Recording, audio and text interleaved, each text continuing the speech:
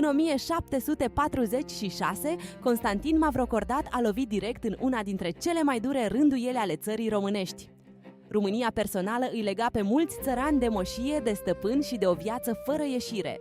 Prin reforma sa, domnitorul a desființat această dependență și a promis oamenilor libertatea de a se muta. Pentru mulți țărani, schimbarea a însemnat sfârșitul unei frici moștenite și începutul unei vieți mai previzibile. Mavrocordat nu era un idealist, ci un reformator pragmatic, atent la veniturile statului și la ordinea socială. El a încercat să reducă abuzurile boierilor, dar a păstrat puterea domnească într-un echilibru fragil. Reforma din 1746 a schimbat lent lumea satului, iar ecoul ei s-a simțit mult după domnia lui.